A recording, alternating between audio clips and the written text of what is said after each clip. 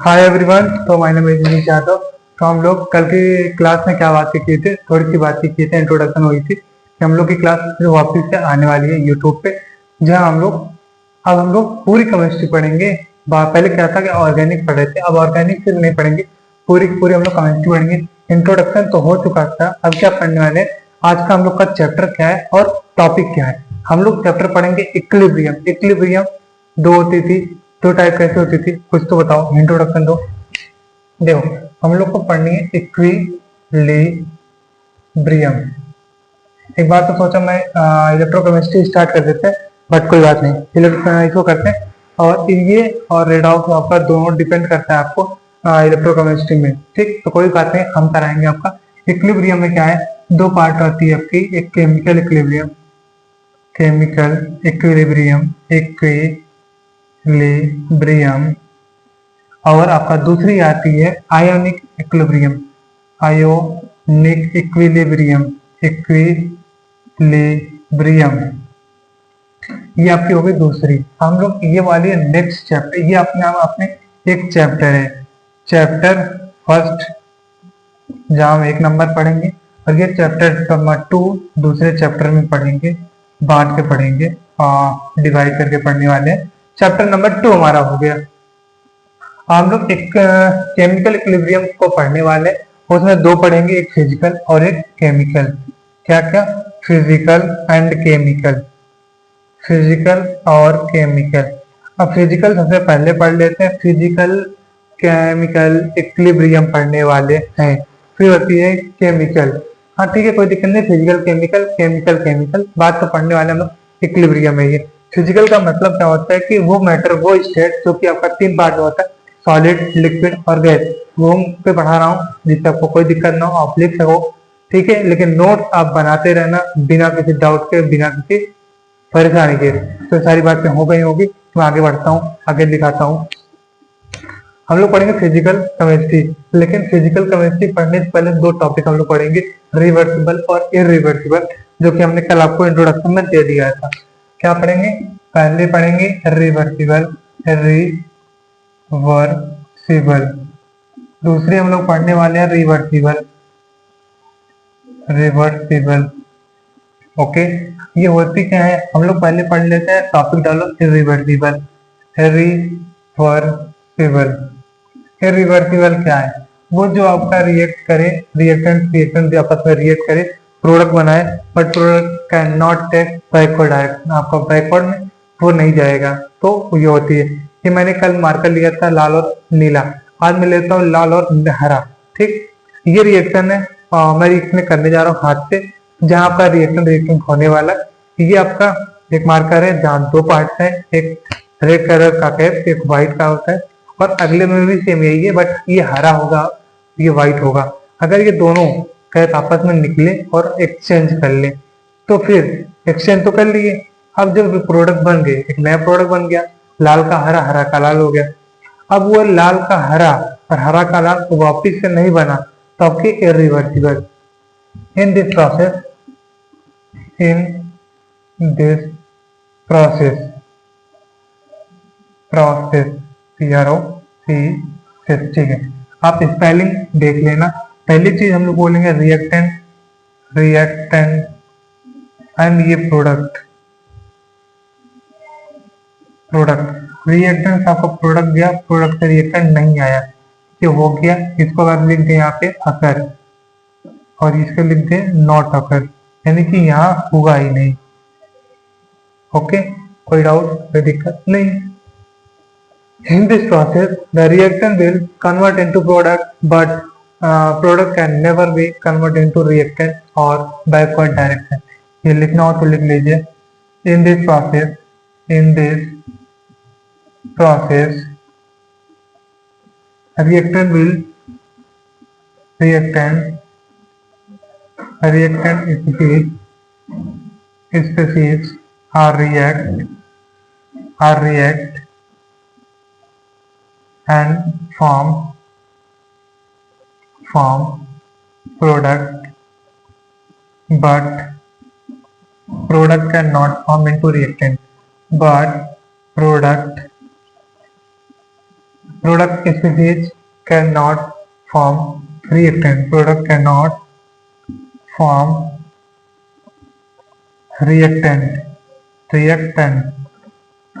ठीक, कोई डाउट? ये आपकी थ्योरी, ये आपके समझने लायक दो हो गई। अब मैं इसमें आगे चलता हूँ। अगर आगे मैं थोड़ा सा एग्जांपल कराऊंगा। अब एग्जांपल में क्या आता है, पहला एग्जांपल आपका आता है, आई होप कि लिख लिया होंगे आप, उम्मीद आपसे यही मैं करता हूँ। मैं आगे बढ़ता हूँ। अगर एग्जांपल नंबर 1 पे आते हैं, एग्जांपल नंबर 1 पे क्या आता है, NaCl प्लस AgNO3। क्या ये आपका एक्वस में होगा, सॉलिड में होगा, लिक्विड होगा, किस फेस में होगा आपका? ये अगर आपको आता है तो डाउट कमेंट में जरूर लिखिएगा, नहीं आता है तो मैं बता देता हूँ। NaCl आपका एक्वस होता है। अब ये एक्वस का मतलब क्या होता है, किसी न किसी को तो डाउट ये होगा कि एक्वस का मतलब क्या है। जहाँ NaCl सॉलिड का फॉर्म प्लस H2O हो, यानी कि नमक आपका घोल रखा हो पानी में, उसे बोलते हैं एक्वस सोल्यूशन, या फिर नमक वाला सोल्यूशन को ही बोलते हैं आपको ये। यानी अब ये Na प्लस और Cl में टूट जाएगा तो ये अपने आप में एक इलेक्ट्रोलाइट भी है जो टूट जाते हैं। ठीक, कोई दिक्कत नहीं। वैसे आपका AgNO3 है, ये जब प्रोडक्ट बनाएगा ना तो Ag प्लस Cl आपस में बना देंगे। AgCl एक प्रोडक्ट बनेगा, फिर आपका बनेगा NaNO3। क्या बन जाएगा, NaNO3। ये भी एक्वस में होंगे और ये भी एक्वस में होंगे। ये एरो क्या बताता है, single headed headed arrow tells about the reactions are unidirectional, about the reaction are unidirectional directional. Okay, कोई दिक्कत नहीं, कोई दिक्कत नहीं है। ये AgCl आपका ना PPT फॉर्म कर लेता है। ये नई बात क्या से आ गया, PPT क्या होती है? PPT का मतलब जब भी PPT मतलब इंसॉल्युबल लिखो आप पहले तो, इंसॉल्युबल जो आपका घुल न सके। जैसे नमक आपका आपस में घुल चुका था, नमक जब टूट गया और ये भी टूटा, तब इसका एक पार्ट मिलके एक नया बना। लेकिन अगर ये टूट ही नहीं रहा है अब, तब NaCl बनेगा ही नहीं और AgNO3 बनेगा ही नहीं, तो रिएक्टेंट नहीं आ सकता।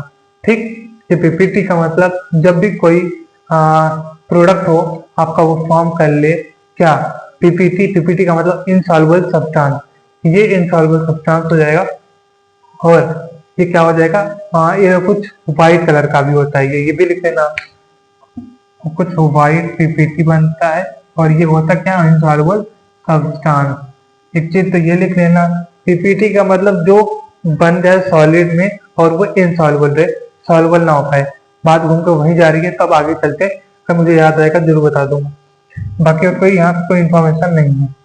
ठीक, जम गया, हिंदी में अगर इसको लिखना जम गया, जम गया का मतलब अगर आप नीट वाले हैं तो आपने सुना जरूर होगा कि ब्लड जो होते हैं आपका क्लॉट होता है, ब्लड क्लॉट कैसे होते हैं, वो आपस में सॉरी ब्लड, ये जैसे ब्लड आपने निकाला कहीं से और ये जम गया।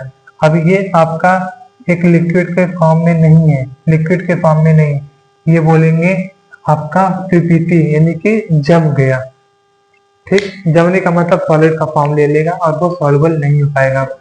ठीक, कोई दिक्कत, डालना ब्लड को पानी में, वो सॉल्युबल होता है कि नहीं ये देख लेना आप, कटे पीटीएफ को ये आप नोट डाउन कर लो।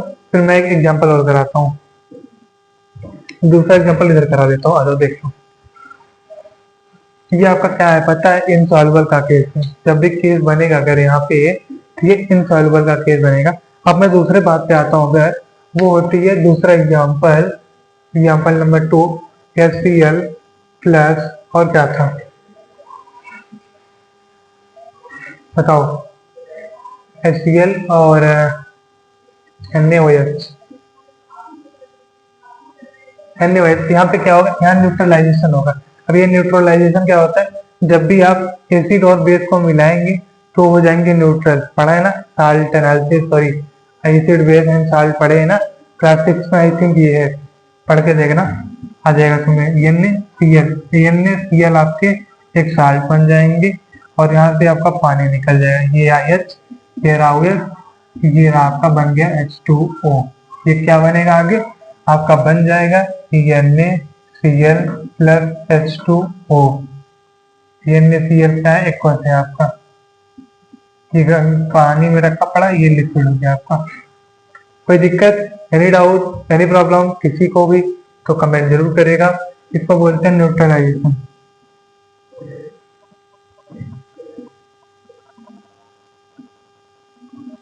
ये आपका केस हुआ न्यूट्रलाइजेशन का, और ये आपका केस होता है इनसॉल्युबल का।